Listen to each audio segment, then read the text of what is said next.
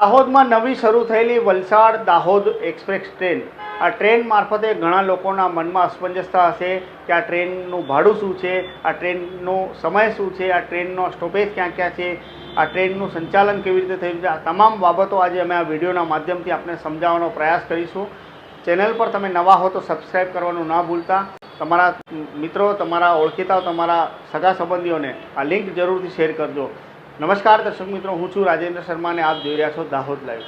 દર્શકો, કોરોના કાળમાં બંધ પડેલી વલસાડ દાહોદ ઇન્ટરસિટીને પુનઃ શરૂ કરવા માટે દાહોદવાસીઓએ લાંબી લડત લડવી પડી હતી અને આખરે પરિણામ સ્વરૂપ વડાપ્રધાન નરેન્દ્ર મોદીએ 26 મેના રોજ રેલ મંત્રી અશ્વિની વૈષ્ણવની ઉપસ્થિતિમાં વલસાડ દાહોદ ટ્રેનનો ફૂલોના શણગાર સાથે શુભારંભ કરાવ્યો હતો। જોકે કોરોના કાળ બાદ પુનઃ શરૂ થયેલી આ ટ્રેનને દક્ષિણ ગુજરાતનું રાજકારણ નડી ગયું હતું અને આ ટ્રેન વલસાડ વડોદરા ઇન્ટરસિટીના નામે સંચાલન કરવામાં આવી રહી હતી।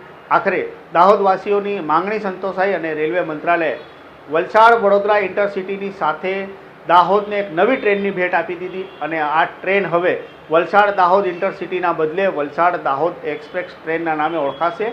એટલું જ નહીં, ઇન્ટરસિટી કરતાં આનું ભાડું ઓછું હોવાની જાણકારીઓ પણ પ્રાપ્ત થઈ રહી છે।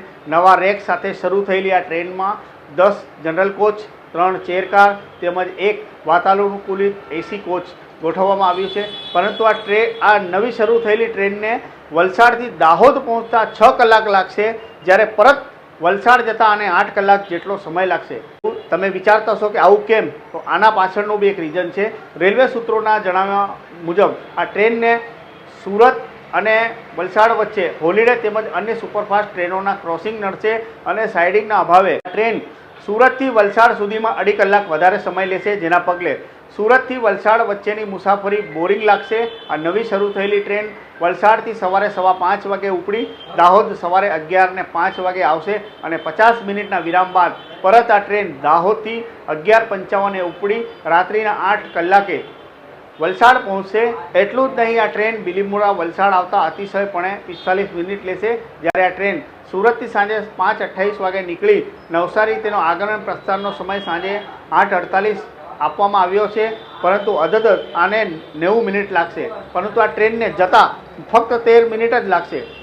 આમ બિલીમોરા ખાતે 7:18 કલાકે આ ટ્રેન આવી અને 7:20 કલાકે ઉપડશે, એટલે દાહોદ તરફ જતાં એને 13 મિનિટ લે છે અને વલસાડ તરફ રિટર્નમાં આવતા આ ટ્રેનને 28 મિનિટ લાગશે, એટલે કે બમણા સમયથી વધુ સમય આ ટ્રેને લાગશે અને વલસાડ ખાતે આ ટ્રેન 8 અને 5 કલાકે પહોંચશે। આપણે જણાવી દઈએ કે આ વલસાડ દાહોદ એક્સપ્રેસ ટ્રેનના નામે શરૂ થયેલી આ ટ્રેનમાં ઇન્ટરસિટીની સરખામણીએ ઓછું ભાડું લાગશે, જેમાં લીમખેડાનો 30 રૂપિયા, પીપલોદનો 30 રૂપિયા, ગોધરાનો 45 રૂપિયા, ડેરોલનો 50 રૂપિયા, સમલાયાના 60 રૂપિયા, વડોદરાના 65 રૂપિયા, મિયાગામ કરજણના 75 રૂપિયા, ભરૂચના 85 રૂપિયા, અંકલેશ્વરના 90 રૂપિયા, સુરતના 105 રૂપિયા, નવસારીના 110 રૂપિયા, બિલીમોરાના 115 રૂપિયા તેમજ વલસાડના 125 રૂપિયાનું ભાડું આ જનરલ ટિકિટનું ભાડું લાગશે।